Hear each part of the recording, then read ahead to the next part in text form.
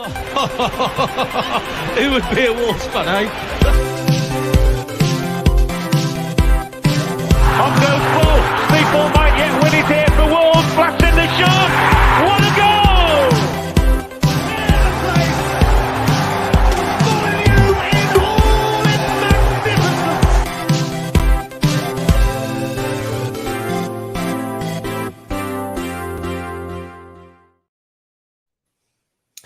Hello and welcome to today's episode of Wolves Fancast, part of the 90-Min Network. Joining me tonight to talk about Wolves' defeat, I was going to say, yet again, playing Liverpool, fourth time in 8 weeks. I've got two titans of Wolves history, two players who have graced Molineux with such aplomb. I'm joined by Little Dan and former Wolves man and friend of the Fancast, Dave Edwards. Dave, how are you, genuinely thought Sam Ricketts was on the show again then. Yeah, I know. I started to panic then. Come on, Dave. Know your football, Dave. I'm the best number 10 that's never played professional football. No, thanks for having me on, guys. I really appreciate it. Oh, pleasure. Dan regularly compares himself to Daniel Podence. So, yeah. He's the luxury player that like Wolves I'm crying out for, but we're just not in the European positions. Daniel Podence, Matheus Nunes, Ruben Neves, these players would look like absolute world beaters for a good side. But for Wolves, they look amazing. But for a top side like Man City, they'd go up an even more level. Definitely. Yeah. I was going to say, I'm interested. We talked briefly before we went live about Nunes, and I'm interested to kind of catch your guys' thoughts in terms of how he's done so far later on. But first and foremost, I was going to say a bit of stuff coming out from yourself, Dave, because for anyone who follows you on social media, and you're seeing bits on the Fancast socials as well, is the charity match that you've organised that's coming up. And I mean, some of the players you've got lined up, it's a fantastic lineup. There is, and still a few more to announce as well. Been really lucky to be given this opportunity by Shrewsbury to have a game there and kind of let me use the pitch. I never quite made it to testimonial years with Wolves, and I spent 7 years in total at Shrewsbury as well. So 17 and a half years of my career, or 16 and a half years of my career were between the two clubs. So I was quite lucky to stay local, but to have the opportunity to put on a game where I can get some of my old teammates together, some really good players playing and play in front of, say, hopefully a lot of Shrewsbury and Wolves fans. I think it's a great opportunity for myself personally. And I know the lads playing as well are really looking forward to it as well. And then obviously the main thing about it is always that we're raising money for Little Rascals Foundation, which is a charity which I founded with a friend of mine, which helps children with disabilities and their families. And then also Shrewsbury Town Foundation are going to put the money they raise towards their disability provision. And then also Wolves Foundation are also going to auction off some shirts from the Wolves players as well. So 3 amazing causes, but more than anything, it's going to be a great game. It really is. I was going to say, when sort of I saw the initial lineup and some, I guess, obviously I've got more of an association with the old Wolves boys within it, but it is a proper roll call of, I would say, like that promotion winning campaign. Say some of the ones who have been genuine highlights of, I guess for a lot of fans, mine and Dan's generation of, that first peak of the club's recent history. Yeah. So it's going to be great seeing, say, the old band back together, as it were. And again, I'm talking about how fortunate I am. Like I had the idea of doing it, and then sort of was backed by Shrewsbury, and then I just didn't know how many players would want to play. So I kind of sent the invitation out, and literally everybody who can play from a logistical point of view is coming to play. There's been a couple of lads who have got niggles and injuries who couldn't play, and some which said that their body wouldn't be able to do it anymore. But the majority of the lads have all said yes, and I'm so grateful for that. I think they're kind of saying it's an excuse to get themselves back in training, because say probably 90% of the squad is fully retired. So and then the opportunity for them to go and play in front of a crowd again, in front of Wolves fans. I think that's really excited quite a few of them. And also with young children they've got now, getting them to be able to come and watch, because obviously when they were at Wolves in 2008, 9, 10, 11, 12, that sort of era. They might not have had kids, or the kids might have been very, very young. So to have the opportunity 10, 15 years later, I think they're really looking forward to it. So there's some great names, in particular that promotion season. Loads of that 08, 09 team are in it. Then also some players from the Premier League years leading up to that, then even some from the Kenny Jackett era as well. So it's really good. All household names, which is amazing. No, definitely. Dave, am I right in thinking last time you were on the show, you said you still occasionally text Stefan Meyerhofer? No. I wish I did. I can't think who it was. Richard said they still talk to Stefan Meyerhofer occasionally. A talk's broken down for a Stefan Meyer appearance. Yeah, we've already got the forward position sorted. I got got to be Sylvan. Yeah, I've got one more space left for. I've left one space open for someone who can't commit yet because of horse issues. In terms of he owns a few racehorses and there's foaling issues. So you can probably work out who that is. A striker who's into his horses. So he's kind of said he might be able to come, but it all depends if his horses are given back to them. I was going to say, he's coming to Cheltenham, isn't it? Yeah, of course. Yeah, it's that area. It's a racehorse season. I would say it must have been a bit of a moment when you mentioned a lot of the lads. Well, they have got a bit more availability because most of them have now retired.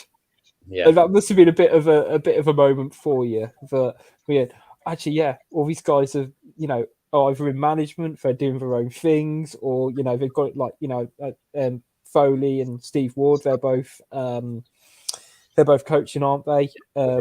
With Johnson, aren't they? At the moment, it sort of seems like. I guess I remember Jody Craddock had a testimonial. Oh, great! What, nearly 10 years ago now? I guess it must have been. And there was a couple of first teamers who were there, and they say it does feel like a bit end of an era in a way. But you mentioned about you're almost surprised by how many people kind of said, "Yeah, I'm up for it." I guess that sort of speaks to testament about yourself, though, because you're right. You played for these clubs for, you say, nearly testimonial levels on two clubs and never bookmarking your career, but it definitely speaks to about the impact you had, I guess, over those time periods with both teams. Yeah, possibly. I think I keep saying I'm really grateful. Like I never ever dreamt really that I would get to the level I did. Even play for Shrewsbury was sort of my biggest dream and ambition. So I didn't sign up to the academy there till I was in my last year at school. So I was kind of late into the game as it was. And then to be playing for the first team under a year later, that was just like incredible. So that sort of rise was really quickly. But then to go and play for Wolves and play in the Premier League, international level, it was all a huge surprise. So looking back on my career and thinking I got to play for nearly 10 years for Wolves, and you look at the size of the football club and what it's like now, I always say, looking back now, that is just ridiculous to think I could have done that. It was never in my conscious mind that was ever going to be achievable. So I'm really grateful for that. And obviously along the way, you meet so many great players and great people in the football club. And I say they're all good humans. And as you can see by them agreeing to come along and take time out of their weekends, and they're not getting paid for this in any shape or form. They're turning up from all over the country to come and play in my testimonial. I think it's more for them lads than anything, which I'm really appreciative for. No, it definitely definitely good fun. I would say, I guess my question, very leading question, is there a chance for other people to have a chance to play? There is, yeah. So by the end of next week, we're hoping to have all the players announced. They're all confirmed. They're just kind of drip feeding the names out. But by the end of next week, which will be 2 weeks before the game, all the players will be announced, and then there'll be an opportunity. Then we're going to do a sort of raffle to auction a place off on each team, but it's going to be so everyone can have a go. It's not going to be like highest bid or anything like that. It's going to be, I think, £5 in, and you can nominate yourself or a friend or someone else to go in.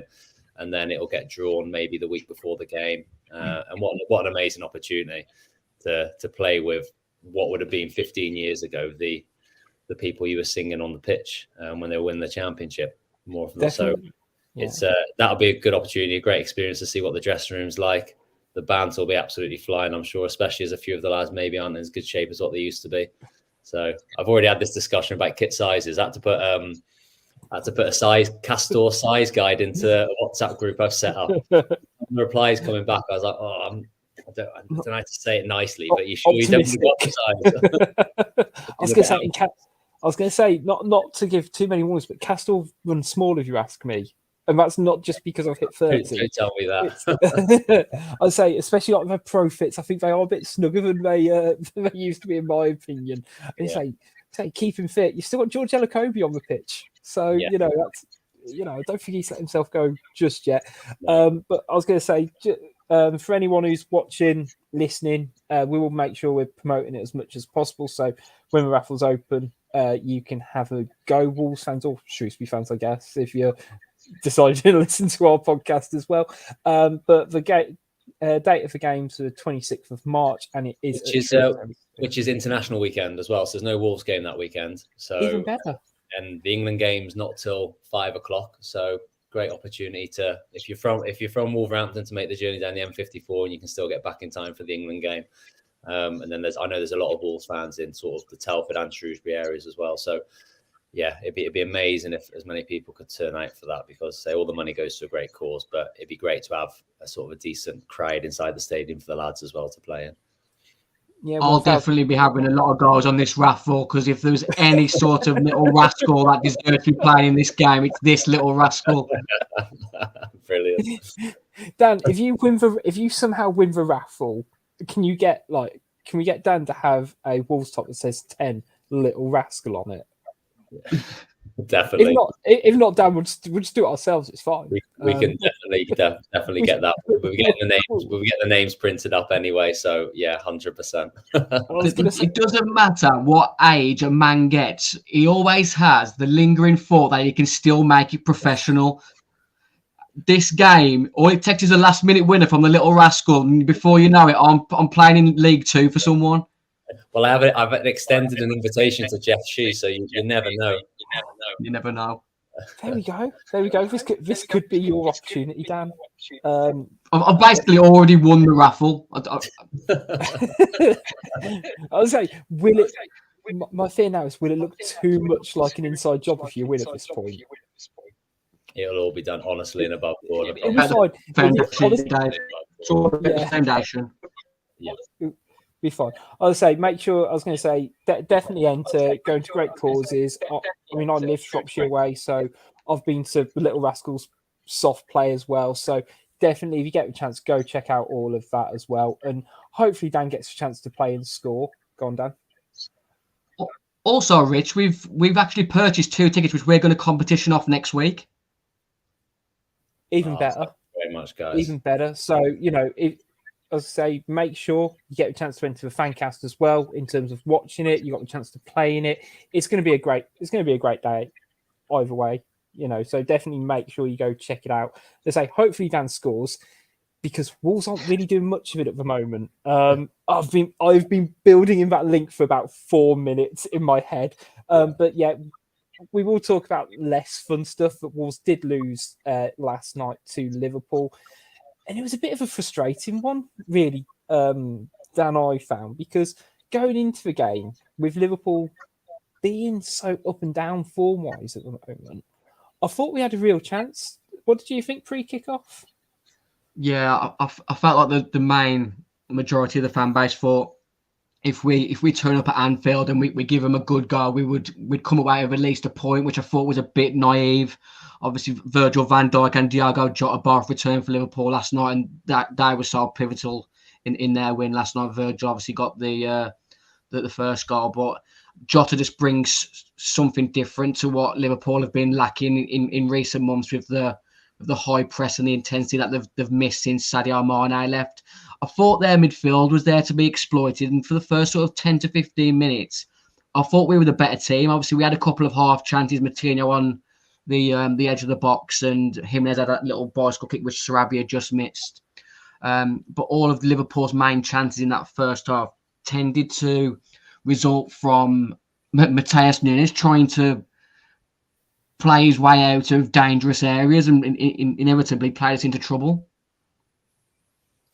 Yeah, you're completely right on the midfield, because I think, you stack up Wolves midfield of Lamina, Neves, Nunes, Moutinho versus Fabinho and, you know, two good youngsters in Elliot and Basektish. I cannot pronounce his name, and I tried all yesterday too. But Wolves, yeah, there we go. But on paper, Dave, that's like a pretty even match in my opinion. Wolves have got a lot of quality in there, but you know, I think it was definitely fair to be exploited. I really fancied Wolves yesterday before the game, and so I didn't see the game live because obviously it wasn't on the TV, but I followed it sort of online and watched the highlights back and things like that. But I'd have liked to have seen them go a clear 2 up front again. I thought it worked really well in the home game and having a real force on the counter attack. I think playing Sarabia up front and maybe bringing Adama in from the start might have been an option. I can understand why they brought Jai Martino in to kind of a nice and the body midfield, but I feel like they could have really played on the counter attack a little bit more. But Wolves started well, and I think same as in some recent games, and even a look at the Villa game as well, that just taking control when you're on top, taking advantage of it. I think against Bournemouth last week, 1-0 up and they 0-0, but they're the better team. Wolves are going into half time. They really could have put their foot down and gone for it and tried to get that goal. And maybe a bit similar with the Liverpool game, Aston Villa away where they're 1-0 up. They had chances to go and take the game away from Villa. There's a few opportunities this year where, since Lopetegui came in, where they've been in good positions and not quite taken advantage of them. And that's the only criticism I can have, because it's been revolutionary since he's come in and what he's done with the team. But I did feel Wolves could have won that game in that midfield battle yesterday with their athleticism and nice and the quality they've got as well. But it just didn't quite happen. They weren't able to capitalise on that good start. It just feels Wolves at the moment. They're either, I don't know whether it's them lacking bravery or lacking confidence, because you mentioned the Aston Villa game there, Dave. When we went 1-0 up, there were like a few attacks that we had, which in the end ended up with Semedo going all the way back to the keeper instead of trying to like drive on past the fullback or just trying to like a 1-2. They seem to be lacking. So I don't know whether it's bravery or confidence, but it seems to be the same routine passages of play, which 8 times out of 10 we end up going backwards instead of having been a bit more brave. Yeah, I think at Anfield it's a completely different animal. But if you look back at the Villa game, sort of Villa Park, and the Bournemouth game in particular, and Fulham last week as well, they're games where I think Wolves are that on top and playing that well in those first halves that they should be out of sight almost by the time the second half kicks off. And they haven't got to worry about them nicking a goal back and it being completely, Bournemouth going 1-0 ahead and that just killing Wolves' game plan completely. And it's not, I don't know if it's a bravery thing, but it just feels like when I remember when I was playing and you were playing a team which is a lot better than you, which Wolves is at the moment, then it feels like you're clearing the ball and it's just coming straight back, wave after wave of attack. And maybe in those moments in games, we are maybe kind of letting them off the hook a little bit too easy by playing backwards themselves and playing a little bit too, not safe, but sort of trying to control the game, but controlling it in the middle third of the pitch rather than really getting them pinned in, getting them right back in their own final third, corner after corner, throw in after throw in, not just lumping the ball in the box, but really having that pressure high up the pitch with possession and just waiting for them to break. And I feel like they've got the players in the squad to do that. They are lacking a number 9. Everyone can see that at the moment, but it just feels like they are letting teams off the hook a little bit too easy from a territory point of view, from an energy point of view. They're just giving them a little bit too much of a break to get in their shape and get themselves out and things like that. That's kind of where I feel it's going at the moment. Liverpool's a bit different. You're at Anfield and you're not expected to have that sort of territory in the game. But the games leading up to that, Fulham, Bournemouth, Villa, I think they could have really been out of sight, really. I don't think it's as simple as just we need an out-and-out number 9. Because if you look at sort of Jimenez and Diego Costa, it's not like they're missing sitter after sitter. They're not really being creating good chances. I thought Jimenez did okay at Fulham last weekend, but you look back over the 90 minutes, he didn't really have a clear-cut chance. No, I agree with that as well. And I think Wolves have attacked well when teams aren't in their shape. So when they've countered well, you look at, say, the goals against West Ham at home is a good example, being able to get up the pitch quickly and you're crossing the ball before the opposition's set. So they're still running back towards their own goal. Whereas the build-up can be a little bit too slow. So the defence is really in their shape, ready to go. Whereas I think when they are in their shape, that's where it needs to be. Wave after wave, you're really putting pressure on them, having those balls which hurt them down the inside of fullbacks. I think everything kind of goes round the outside, and they're never really having to come out of their shape, the opposition's defence. Whereas if you can play those slide balls down the sides of the centre backs and the fullbacks and get into those areas and flashing balls across, and just cross the ball more as well, almost waiting for that perfect moment. That's why I like Hugo Bueno at left back, because he does get half a yard and he'll cross the ball. Ray Nate-Nori, I think, is just as good as Hugo Bueno, but he frustrates me because he'll get his half a yard and then he'll come back. And as a striker, that must be infuriating, just waiting for the ball to come in. So I think not enough balls come in the box, not enough real incisive passes behind the opposition's defence, letting them get out a little bit too easy. But then also in the box, not enough players are making runs across the opposition's defence as well. We touched on before we went on air about the Bournemouth game.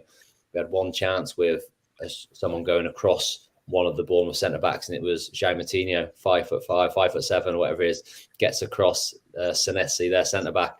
No one else did that once, where it's crying out for just a striker or a midfielder just to be breaking those lines, running across people in the box. Because even if they don't win it, it just means that the opposition defence is having to think about that movement. They might not be able to clear it properly. It might bounce down then in the box to somebody else. Just not hurting the opposition enough in that way. But from our goal to the penalty box is fast. It's amazing. It's brilliant to watch. Some of the technical ability the boys have got is outrageously good. Being able to control games. The Southampton game where they're down to 10 men, I'm thinking it doesn't matter. Wolves at 10 men, they're still better than Southampton because they can all handle the ball that well. They're not going to have a lack of the ball. And I was really confident they were going to get back into that game. But it's just that final bit. And I do think it will come. But at the same, with Lopetegui kind of working on it. There has been improvements since Bruno Lage in that respect, but not as much as I think what we would have hoped. And they are lacking, I think, that killer instinct as well in the box. Do you think part of it's still a fitness level? Because, we've noted like most of those games, you have that second half drop off. And I don't know whether it's a fitness issue or a player issue in terms of being able to consistently make those runs forward. It takes it out of them. But it is, we definitely was felt under Lage, and you sort of hope, well, as further the season goes on, the fit of some of these players should be to kind of consistently mount that pressure or, get that second goal. And it just seems like can't quite get over that initial hurdle to really kill off a game and then manage out the situation. Because you're right, Wolves have got the players to be kind of any team on via counter-attack. Like, if we're 2-0 up against Liverpool like we were after 15 minutes a couple of weeks ago, the team had so much confidence because A, Liverpool were shambles, but B, they knew, well, we've got Adama Traore on the pitch now. And you're right, as soon as if we win that ball in the midfield, we're away and we have that opportunity. But if they're not in that very specific situation, there does seem to be a bit of a breakdown eventually within the game because, either Nunes gets, Matheus Nunes gets frustrated. João Moutinho doesn't seem to be able to be a 90-minute player anymore. And, it all seems to kind of not quite click after 60 minutes anymore. Yeah. They need that comfort blanket of 2-0, don't they? Like you're saying, that the very specific situation, because at 1-0, they can't really sit deep and track the pressure. Whereas when they're 2-0 against Liverpool, they could literally drop down onto the edge of their box, knowing they got that counter-attack, knowing Liverpool are really going to have to open up to get back into the game. And then there was 2 or 3 opportunities then, wasn't there? Raul missed a good chance at the end in that game. Quite easily been 4. But yeah, they've got to find a way of killing teams off, get into that 2-0 stage, because at the moment it seems to be a bit of a mental block. As you get into 50 minutes, 55, 60 minutes, and it's only 1-0 or it's 0-0, then you're almost just waiting then, aren't you, for the opportunity, for the opposition to get that one opportunity, and they take it, and it's kind of all that hard work and the domination they've showed is all undone. And I think that's the frustrating thing for the fans, that they're playing so well but just not able to capitalise on it. I think one of the biggest things that aggravates me is the fact that this summer we finally sacrificed that third centre-back, which we've had for the last however many years, obviously losing Conor Cody. We should have given us more ample opportunities to create chances and score more goals. But we still seem to be lacking bodies in the box, and we should have more players available now. We've sacrificed that centre-back. Yeah, logically that makes sense, doesn't it? But if for whatever reason it doesn't, I think what we struggled with when I look at the Bournemouth game in particular is when we were getting crosses in the box when Adama was on, but then there's no one in the box to head it in. And then they bring Costa and Raul on and they take Adama off and put Sarabia out wide right. And then all of a sudden he's coming back in on his left foot and they're crossing the ball from 40 yards deeper. It's just about getting the right personnel on the pitch at the right time. And I do think Cunha is a big miss yesterday because especially when he plays up front with someone, he drops into some amazing pockets of space, which is really hard for defenders to mark. And if you can have people running beyond him as he does that, I think that's such a threat. But then obviously losing him is a huge blow. I didn't kind of quite appreciate how big a loss he was until kind of we played yesterday, because he picks up space and he keeps the ball. Yeah, and it's so valuable for a team who don't have starting them, don't have huge amounts of pace, just to afford, the Fulham game is a great example, just to afford everyone to have that bit of extra time to get forward, and whether it's Neves or whoever, and Sarabia gets the goal, but Neves is steaming in behind, and just to have those couple of extra players who can hold the ball up and play that. I can't quite get a gauge on at the moment is Matheus Nunes, because I know, Dan, you were quite frustrated with him in the first half, because when he gets the ball 20 yards from his own goal and he beats 4 players, it can be wonderful, and all of a sudden he just opens up the pitch. But there were a few times yesterday that I know annoyed you, Dan, where he did it and then got the ball nicked off by Fabinho or whatever. How do you kind of see his time at Wolves so far? Because he's had moments, but it's been very much moments rather than games. Yeah, it's frustrating. Obviously, the reputation that he came with, the transfer fee that we've paid for him, and sort of the mindset that we've chosen him over João Palhinha is quite frustrating for me, because you can see there's a player there. Like I said, I think I might have said it off air. I think he actually knows it live. Actually, when he goes to a better side this summer, which is looking likely, he's going to look like a world beater, because you can tell he's got that sort of drive for midfield. Not as good as Jude Bellingham, but he's got that way he can carry a 20-30 yards in about sort of 10 seconds from deep. But my biggest frustration with him yesterday, you mentioned that Fabinho interception off him. Turning into your own box, it's so naive. And for a player like Nunes, I think Lopetegui's came out this week and says you need to start to learn how to play to his strengths and sort of learn the dynamics of the Premier League. Because I feel like sometimes he feels like he's got too much time on the ball, or he's getting manhandled in really dangerous areas where you shouldn't be looking to drive out of your defence. I mean, it's become so repetitive now. He's going to drop a shoulder and then go the other way. That's one of his main skills, really, to break out from deep. But sometimes he's got to release it to sort of Lamina or Neves, because there is going to be a time that he's going to cost us a goal trying to play out from deep. I think he's one of Wolves' best players in terms of what he can bring, but it's almost like the game is too easy for him. And so he plays a little bit too casual because he's that good. Like some of the stuff you see him do, he is like one of the best midfielders in the world. Like being able to receive the ball in deep areas and just effortlessly glide past players. Doesn't even look like he's turned into a sprint, but he's moving away from players. And the way he receives the ball is very, very good. He welcomes that contact.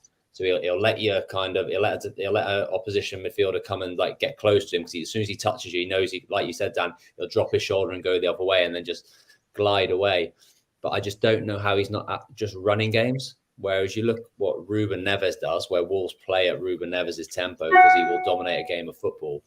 Whereas I think Matheus Nunes has that ability in a completely different assets to his game, was his running power. But you just want to see more of it, and for almost stick a rocket up his backside and say, come on, you're so good, just do it. Because he's blessed with natural ability, the way his shoulders move when he receives the ball, and just doesn't look like he's fast, but moves so quickly with it. I just want to see him like driving through midfield with the ball. I want to see him getting in the box so much more from midfield as well. Like he should be scoring 5 to 10 goals a season easily with the type of player he is. It's almost like he wants to drop really deep to get the ball, and he wants to spray the passes around, where you're almost better off letting Ruben do that and playing maybe 15 yards higher up the pitch if you Matheus Nunes, and then playing him on the left, I think serves a purpose for what Wolves are trying to accomplish at the moment. He's not a left winger. He can find difficult areas to pick him up, but he still wants to drop deep. So I know you've got Hugo Bueno or Reinick Nori bobbing up that left side, but it's not like he's picking up the pockets which Pedence would pick up, or even Wangi Chan would pick up. He's dropping back alongside Ruben Neves, isn't he? A little bit too deep to get the ball, which he has the ability to do. I think when he's played alongside Ruben Neves in that holding two, he looks really comfortable and good there. But I just think he can offer so much more in that final third, and he's just waiting for it to click. He's had moments in a Wolves shirt, hasn't he? We think it's happening. He's finally here, and then he'll drift out of the game again and just be a little bit too casual. And then he'll come back in a game later and you think, oh, right, now's the time. Matheus Nunes has arrived, and then it just doesn't quite happen again. So I rambled there. You sort of mentioned it earlier, Dave, about how casually he plays. It feels like he still hasn't acclimatised to the full tempo of Premier League, because sometimes, like I say, he's so casual, whereas playing on the Portuguese League and some Champions League games, he would have been able to play at his pace. Yeah. I feel he's too casual at times, but there's definitely a player in there. So it's frustrating because you know he's going to go on to be a world beater, because there isn't many sort of number 8 midfielders like that out there in the world at the moment. No. And it's not from a physical point of view. It's not like you can't handle the Premier League physically. It's just about understanding. But he's that good and that confident. He will go and try and receive the ball in his own box. But then he's not a midfielder who'll get it and pass it. He wants to get it. He wants to go past somebody, just drive past them, and then carry on playing from there. And when you're doing that in your own box in the Premier League, it will come off maybe 4 times out of 5. But the ones it doesn't come off, you're in big trouble. So it's more understanding where and where not to play, I think. Physically, he can handle the Premier League. I have no doubt about that. He can run. He's strong. He can hold the ball up. He's strong. It's just more that mental aspect of when and where he can affect the game. And I think he needs to be affecting the game probably 15, 20 yards higher up the pitch than what he is at the moment. Well, I think that's what's brought out the best in Ruben Neves this season, or definitely in Lopetegui, that he is playing that a bit more advanced, because, in my opinion, you want your best players and your most creative players to influence the game as high up the pitch as possible, because that's what they are, that's what they do.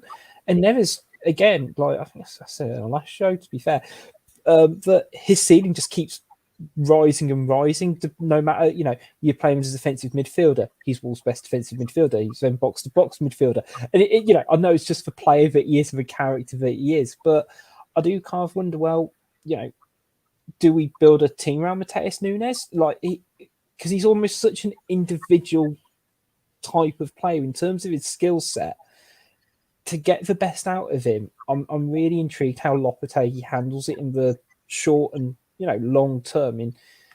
Because that left wing position doesn't suit him. Because you're right, what he does is he ends up playing as a left midfielder rather than a left winger. So we're crying out for, we need another player in attack, and it's actually Ruben Neves, because it's Nunes we're missing out on, because he picked up the ball 10 seconds early on the edge of his box, beat 2 players, but he's then not managed to get up to top gear 50 yards at the pitch, because how could he? And I think there is that marrying up being able to play the position and be the player sometimes, which I don't know.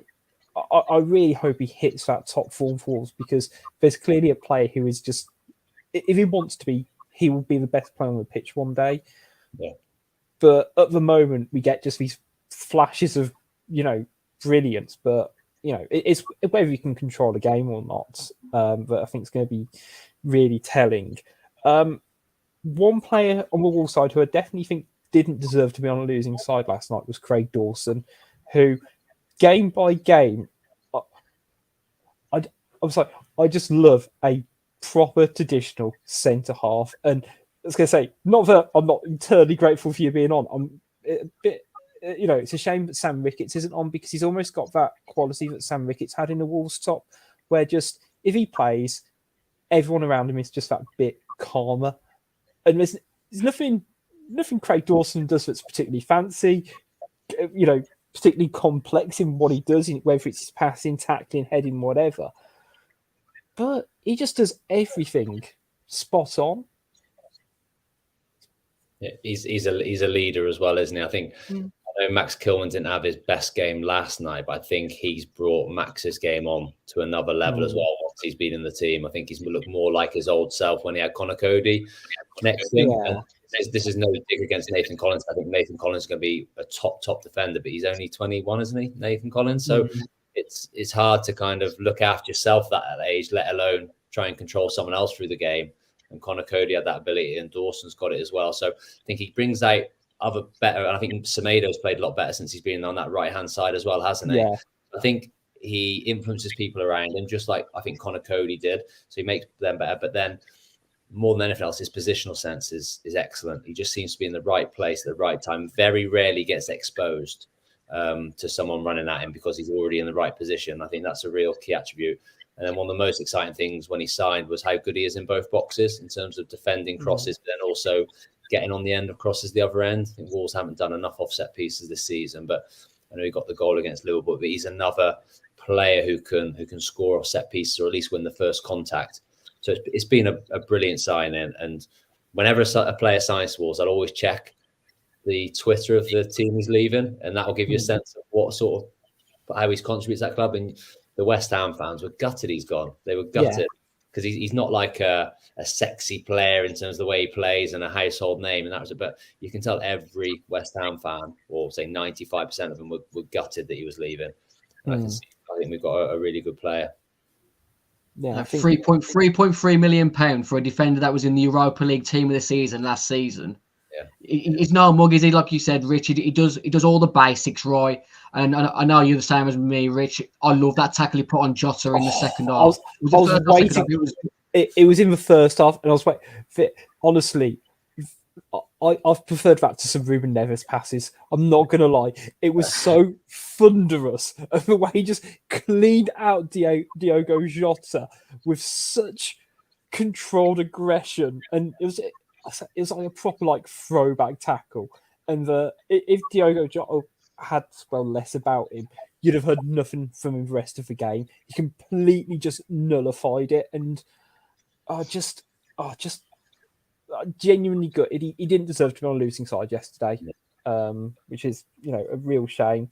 But you're right, you mentioned earlier, Dan, we didn't really create enough chances in that first half, and we let Liverpool just grow into the game step by step. And they had a few chances towards the end of the first half. And I remember me and you were chatting at half time about what Wolves needed to do, and they did make the changes, and they brought on Adama to try and give us that bit of extra pace and enthusiasm, but it didn't seem to quite click. And Liverpool did score, but it was disallowed for once. Wolves got a VAR decision at Anfield, which we'll always take. I was massively annoyed at that, genuinely, because I don't understand how the referee had to go to the monitor to disallow that goal. VAR can clearly see there's contact from Jota on Kilman's leg.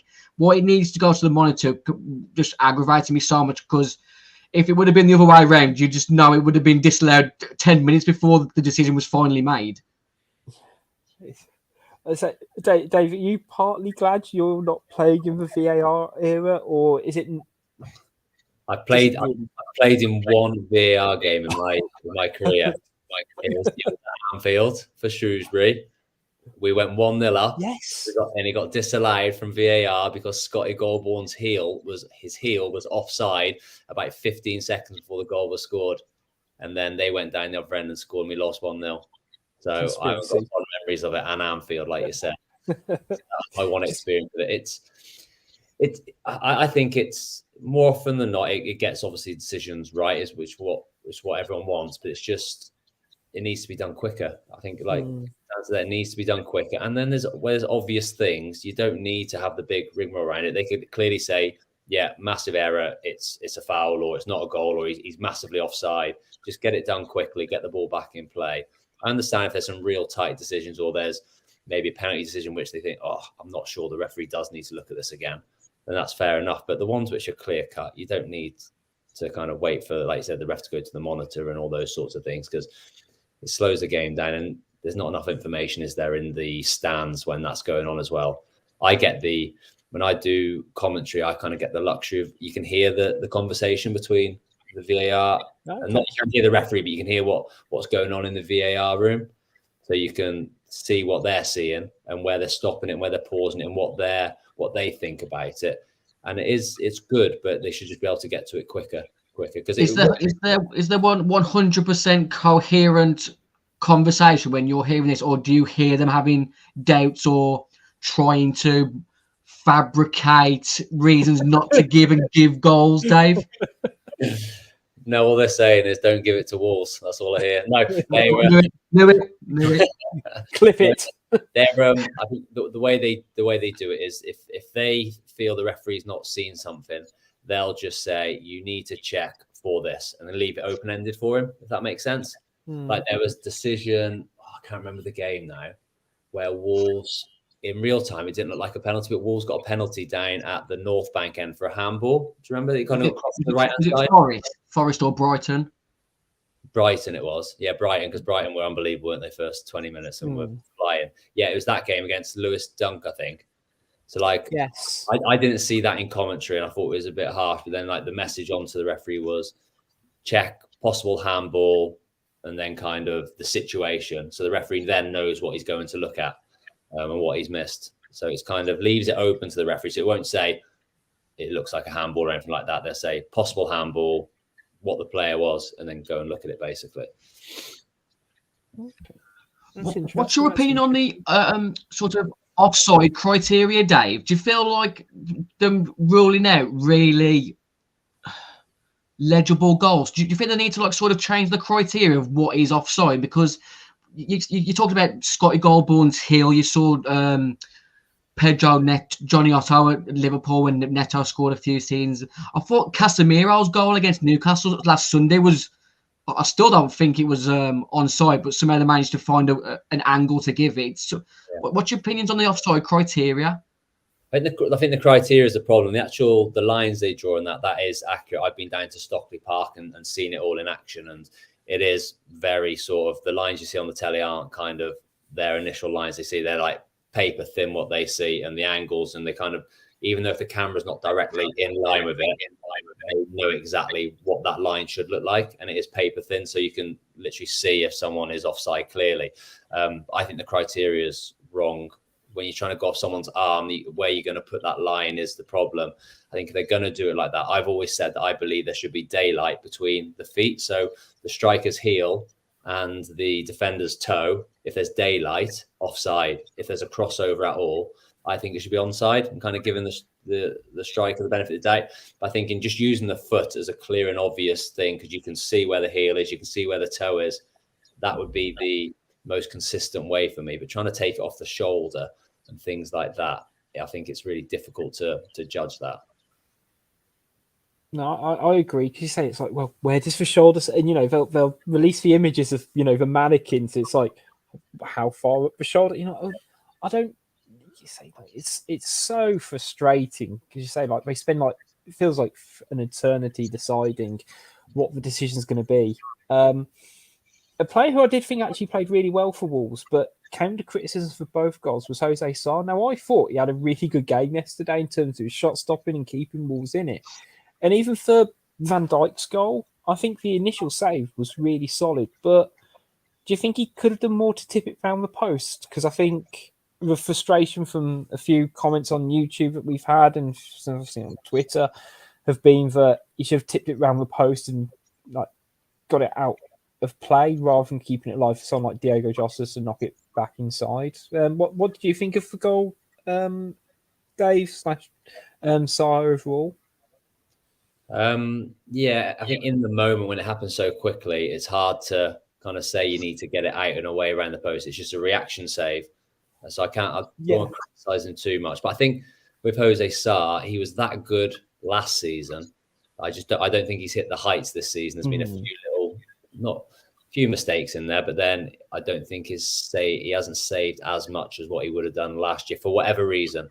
I think he was that good last year, and what an amazing signing. He hasn't quite hit those heights, but yeah, I wouldn't go over the top on the one he paid back to Van Dijk, wasn't it? Yeah. Yeah. What do you think, Dan? Well, Dave, I mean, I've got a good photo somewhere of me and my dad stood in front of Matt Murray, and we're not the type of people to be querying goalkeepers. I thought Max Kilman was at fault for the first goal. There was a moment that led up to the attack where he tried to play out from the back, and he ended up running out for a throw-in, taking a bad touch, and before you know it, they've sort of capitalised on that in the following attack. The pace that sort of Van Dijk's header comes at Jose Sarr, getting a good hand, and it was a good hand for me. Ideally, he would have pushed it around the post, but the goal was coming at that point. We were struggling to sort of contain them. Obviously, Jota had that run for the goal that got disallowed, but it just felt like the goal was coming at that point. I think that's it for me. For first goal was 73rd minute, so we'd spent a good half an hour just trying to keep them at bay. And I remember when Nunes' goal was disallowed, thinking, I can't remember last time Wolves had any sort of control in this game. So it was definitely coming. And then to concede a second one 4 minutes later, it felt preventable just because I think there was a slip at the start of it. But again, it's frustrating because I don't think we deserved it in a way. But also at the same time, you're in the Premier League and you will get punished by any opposition for even the most minor of mistakes on the halfway line. Again, Rich, I don't feel VAR got the lines out quick enough to see whether Tsimikas was offside in the build-up for the second goal, but that's just my opinion, because it looked close to me. Mm.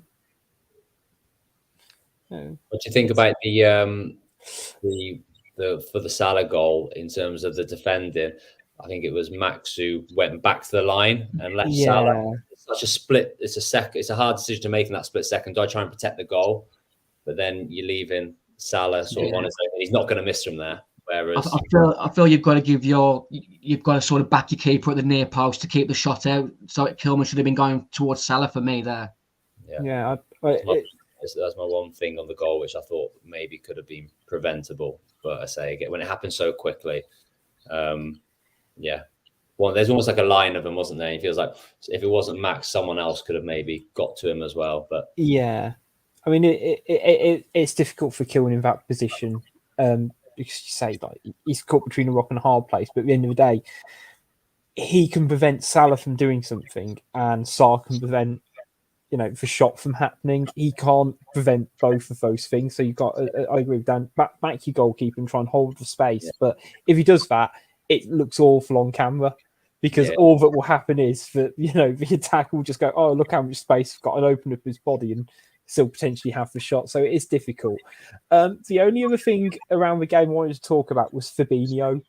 Now, I don't know if as a midfielder I despise more because of his sheer ability to avoid getting sent off in games. I don't know how he does it to consistently not get yellow cards very often or red cards. And I mean, I had the joy of looking through Liverpool Twitter yesterday about the incident on Lamina, and it was very rich seeing that they said there's an agenda against Liverpool when it comes to it. But I'll move that aside and talk about the incident, because when I saw it in real time, I did worry a little bit for Mario Lamina because I thought, he has gone in a bit full-blooded there. But do you think there was enough of a stamp to justify a red card, or do you think it was very much two very combative midfielders clashing in the middle of the park and Lamina got the ball? It always looks worse when you slow it down, doesn't it? I think momentum played a big part of it at real time. It's difficult, but yeah, when you slow it down, it looks nasty, I thought, and it could have quite easily been a red card. I agree with what you just said there, Rich. Lamina's touch got away from him, and he threw himself in full-blooded. Like I say, when he slowed down, it did look really bad from what Fabinho did. But my biggest grievance with Fabinho there was he got booked in that scenario, and then about 5 or 10 minutes later, he stopped João Gomez in the transition, and that should have been another booking. But everyone's so sort of focused on it should have been a straight red that there was a clear second booking that he should have had. That was just Paul Tierney. From the moment he booked Bajotic or Stefan B, in the first 15 minutes, he sort of ruined the game there because his consistency after that moment didn't follow. Yeah, and to be fair, that first booking, it was a mirror image of the Fabinho one. João Gomez skips away, and he trips him up. It's a classic, stop the play nice and early. But I almost think that if Fabinho doesn't get punished at all for the stamp, quote unquote, he gets a booking there. Yeah, definitely. And but it's frustrating. It doesn't impact the result. Don't get me wrong, but it's still irritating. Yeah, that's the frustrating thing because I don't want to go into the whole blaming refs because our performance didn't warrant a point. But there was another scenario where there was 4 or 5 Liverpool players around the ref, and from what I gathered, they kept on shouting a grain of rice. I don't know whether it was jollof or something off at the ref, but none of them seemed to pick up a booking. I thought that was really odd. Yeah, with more than 3 people surrounding a referee, as we found out, Mario and Amina found out, if more than 3 people surround a referee, you can book any one of them. And again, it's frustrating because hey, look, if you're having to go to the ref, personally, I stand on the rugby side of things. You know what? Only one person can speak to a ref. That can be the captain. Anyone else, whatever. But yeah, it still irritates me because when you got Van Dijk screaming in his face, and it's irritating. But you know what? We'll move on because we can't do anything about the result. But the only thing we can do is look forward to the next game, which is Spurs on Saturday. So I was going to say, again, a really interesting one because I thought, Spurs were in terrible form. Obviously, they lost in the cup. But because Spurs are Spurs, in their last 5 league games, they've won 4, lost 1. But that one they lost was 4-1 to Leicester. So they are very much Spursing it at the moment, not to be sort of too offensive to a team who is better than us. But I know, what are your guys' thoughts on Spurs at the moment? Because they seem to quietly be under the radar, dropping points occasionally, but being 4th. And that genuinely surprised me in a way, that they're kind of still so high up the table. I think when you've got Harry Kane, Heung-min Son, you're always going to be sort of pushing those places, aren't you? I'm a massive, how do I word it? I really do not rate Hugo Lloris, and they've somehow managed to find a worse goalkeeper. I feel sorry for Fraser Forster because obviously he's coming as number 2, but some of the goals that I've seen him concede in recent games, especially like the 4-1 against Leicester, there were really poor goals. How quick he sort of got down to his corners was so slow. I think he could have done better with Sheffield United's goal last night. But the thing is with Tottenham, I've said this on the radio earlier tonight, is that we could beat Tottenham 4-0 Saturday, but we could also lose 4-0. You just don't know what Tottenham you're going to come up against. And you don't know what Wolves is going to turn up either. Yeah. That's the thing, isn't it? So I think these games are suited for Wolves more than when they play a Bournemouth or something like that at home, or Southampton at home or something like that. Playing against a team which is expected to come and express themselves and have a lot of possession and sort of be high up the pitch. That suits Wolves, being able to counter them with a little bit more pace, to be more space to exploit in behind. But I was surprised then when you showed me that graphic of Spurs. In my head, Spurs are having a terrible season, but they're 4th in the league and saying a good run of form, really. I know that, but then they'll have a result like they did against Leicester, and then everyone thinks it's doom and gloom. They lose to Sheffield United, it's all doom and gloom. But they're a good team. Harry Kane is so good at what he does. But I'd like to see. I can really think Wolves have got the ability to go and win that game. But I did think that against Liverpool as well. But they definitely have got the tools to. Because I think Spurs are poor defensively. They've got a few clean sheets there, but with the goalkeeper, and there seems to be a lot of space when Spurs are playing in terms of down the sides of them, and they haven't got the fullback areas sorted either, or the wing back areas sorted. So it's definitely a game which Wolves can do well in. It should be interesting to see how Lopetegui goes, what formation he plays, whether he'll go 4-3-3 or try and play a bit of a 4-4-2, which again, I do think really suits Wolves at the moment with the players they've got available to them. But they've got to try and get shots away, like Dan was saying. Fraser Forster won't be feeling overly confident with the way he's come into the team, so they've got to work and put him under pressure. and say they have to be having more shots and getting more shots on target than what they have done in recent weeks to causing problems. Definitely. That was frustrating against Liverpool last night, Rich. I don't really remember even like Neves having like just a 30-yard, just a pot shot against Alisson. We didn't even test him from distance last night. No, I mean, in terms of shots, we had 4 shots in total. 1 was on target yesterday, and you're just not going to win football games like that at any level. And it sounds really rudimentary, but it is a numbers game, and that was one of the things I quite liked about the goal we scored against Fulham, was that it was just a case of we just got so many players forward for once in attack, in open play, that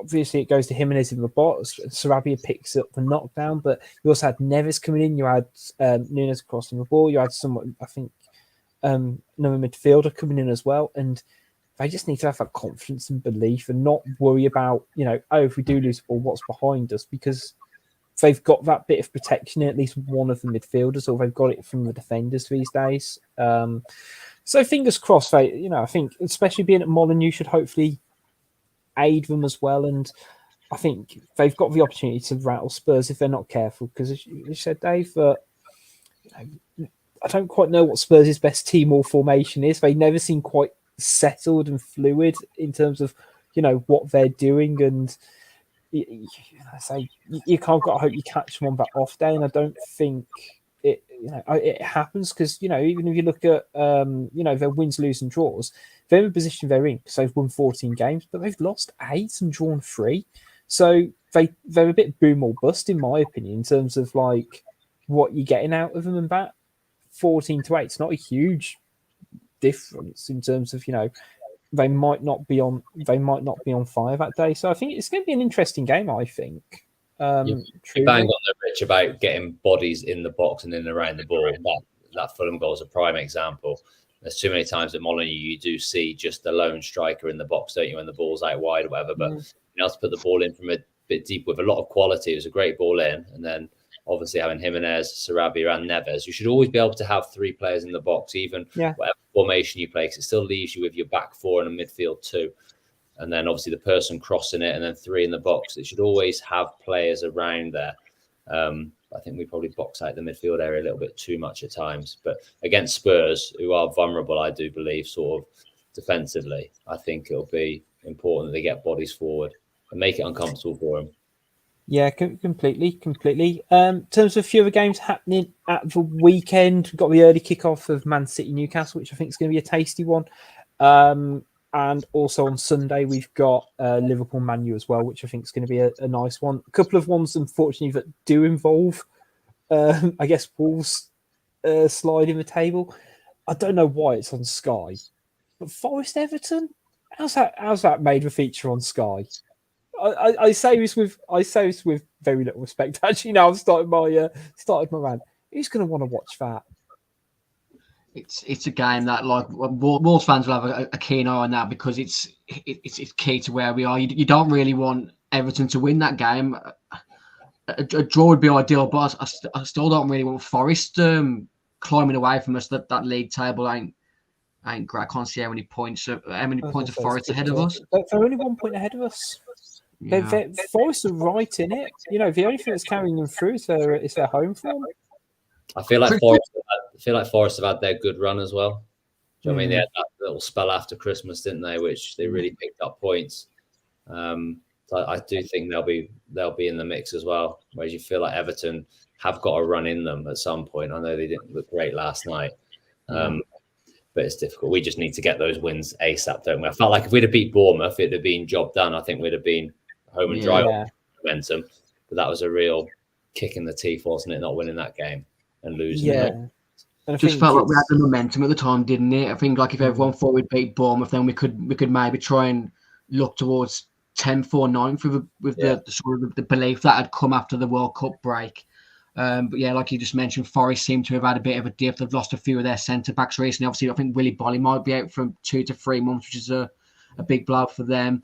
They still don't seem to score enough goals, which is similar to us, really. Obviously we've got Everton and Leeds and Forest coming up, haven't we? After Tottenham and Newcastle. So those 2 games are huge, which we could do with getting sort of a minimum of 2 points against Tottenham and Newcastle, because you don't really want to be going into those 2 games needing wins. Yeah, definitely. Yeah, but in a way, you can't.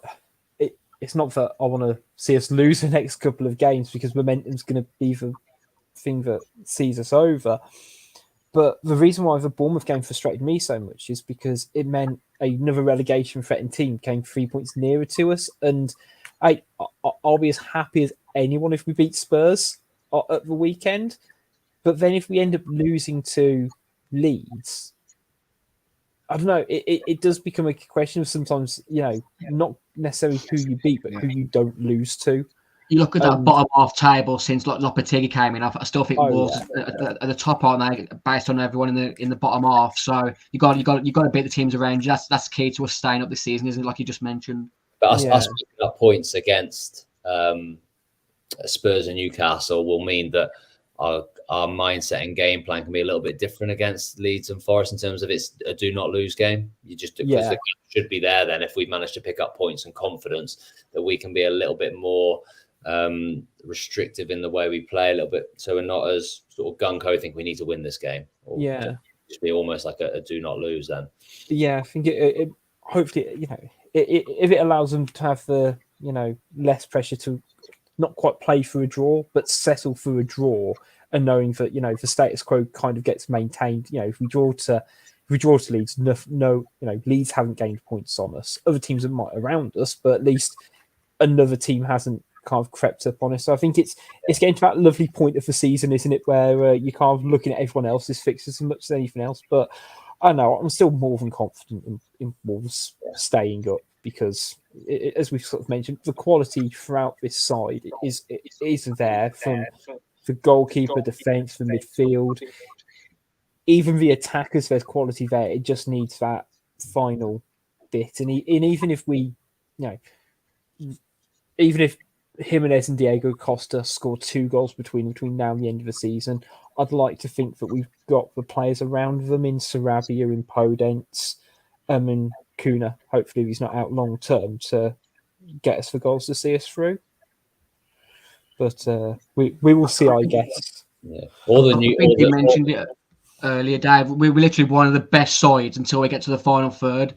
I just don't want to be going into the Nottingham Forest and Leeds game knowing that probably for the majority of that game we're going to dominate possession but not create chances. I don't want to be going into those games thinking don't lose this game. I still think we've got to be going out and beating those teams around us. Yeah. No, I agree. I think it's strange when you listen to sort of the radio stations and TV shows from all the neutrals. The Wolves aren't mentioned when they're talking about relegation battles. So, I think everyone else outside of Wolves is very confident that Wolves will not be near that sort of bottom 3 towards the end of the season. And I'm confident as well. But whilst you are a Wolves fan and you are watching them every week, you still carry that nervous energy, don't you? That until they got points on the board, it's not done at all.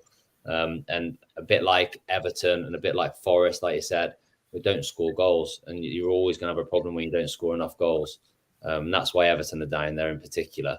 And that's why we probably haven't pulled away. If we had someone who'd scored 10 goals for us, an extra 10 goals, we'd be flying. We've got, Neves and Podence on 5 each. That's where the problem is. Yeah, it's abundantly clear. And fingers crossed, we see the season over the line and they can reassess in how they want to do it in the summer, because it can't. They've been unlucky as well. Well, in terms of bringing Kalajic in and getting injured first game, he could have quite easily got 5 goals by now in terms of being a threat in the box.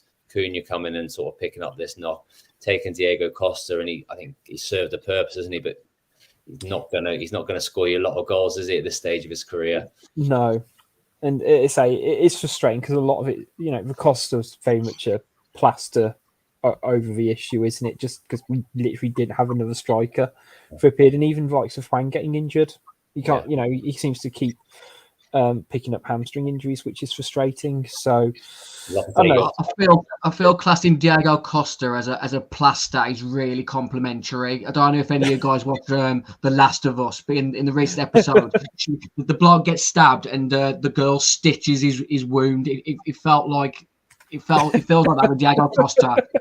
He's on holiday, isn't he? He's literally come here on holiday. Completely off topic. I watched the first episode of that last night. Shall I continue with it?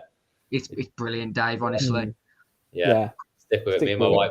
My wife was about 15 minutes in. She's like, "Oh, this is a bit too gory for me." I think. No, brilliant. With it.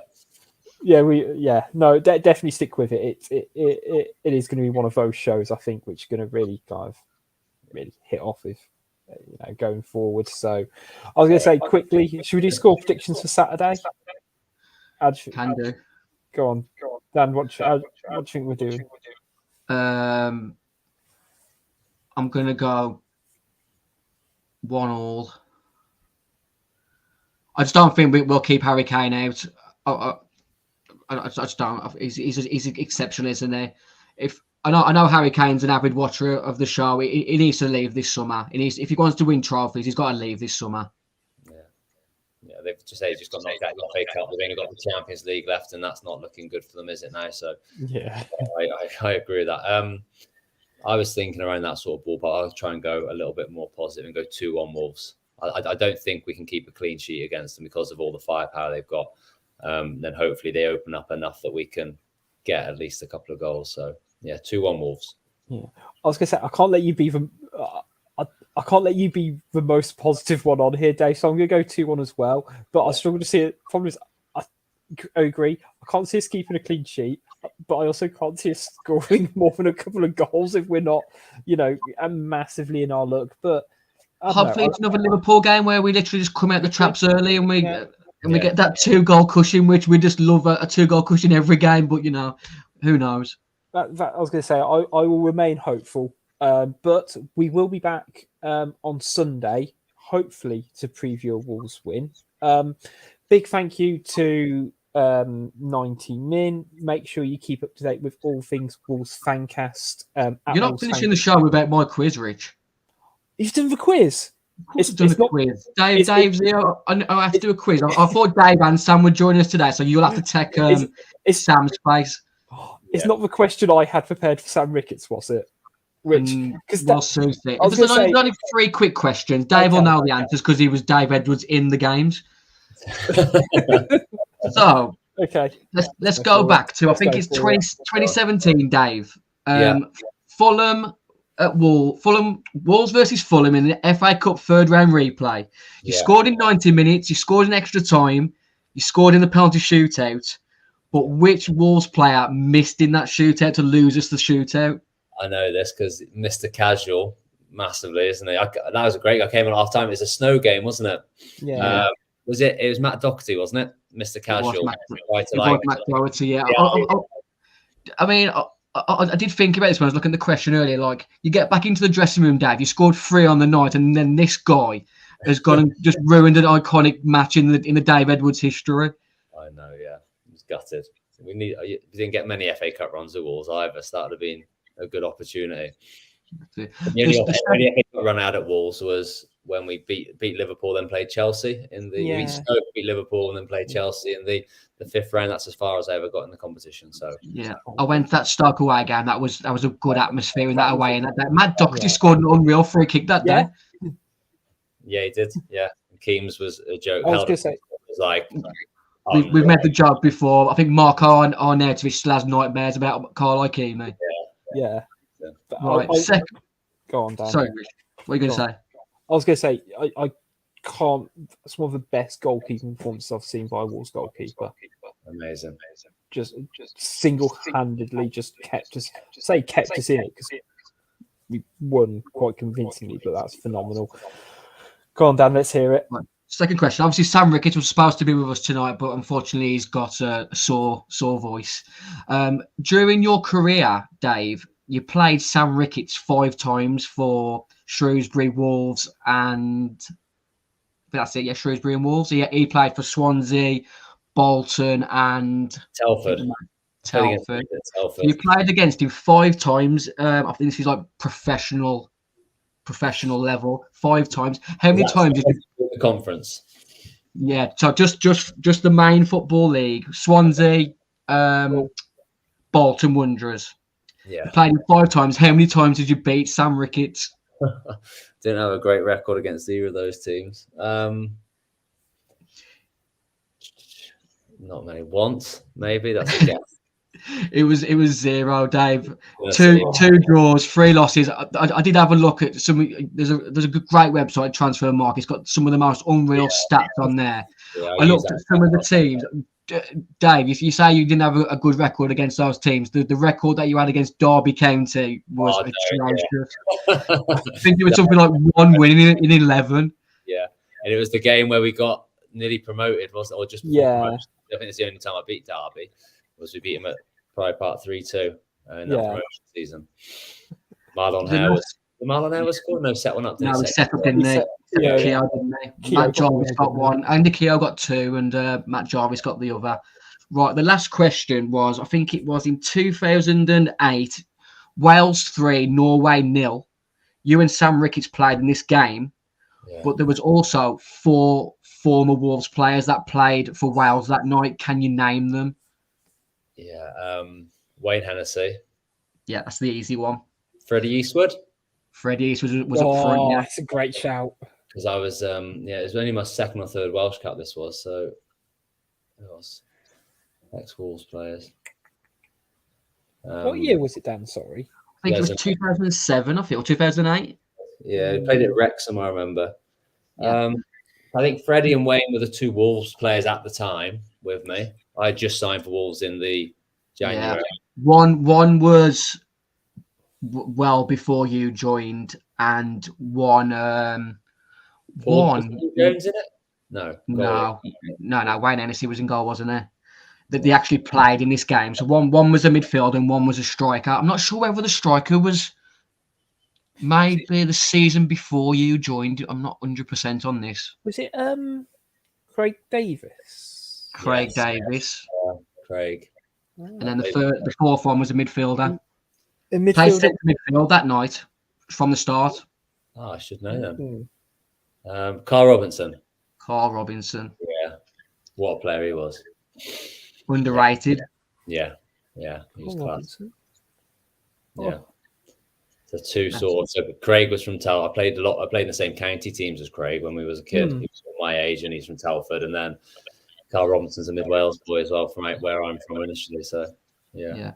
Craig Davis on the on Under the Cosh is a good episode for people out there if you like your football chat.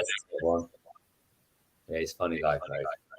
Yeah, that's it. That's my quiz, Rich. But don't forget to promote that song we've got in the background as well. I was going to say I had it all lined up. I've got my bit of glove in front of me as well, guys. So again, big thanks, Dave, for joining us. Big thanks, Little Dan, as well. We will be back Sunday to talk about Wolves hopefully beating Spurs. And to play us out, we're promoting Black Honey's latest single, OK, which is out on March the 17th. Big thanks, and we'll see you all next time.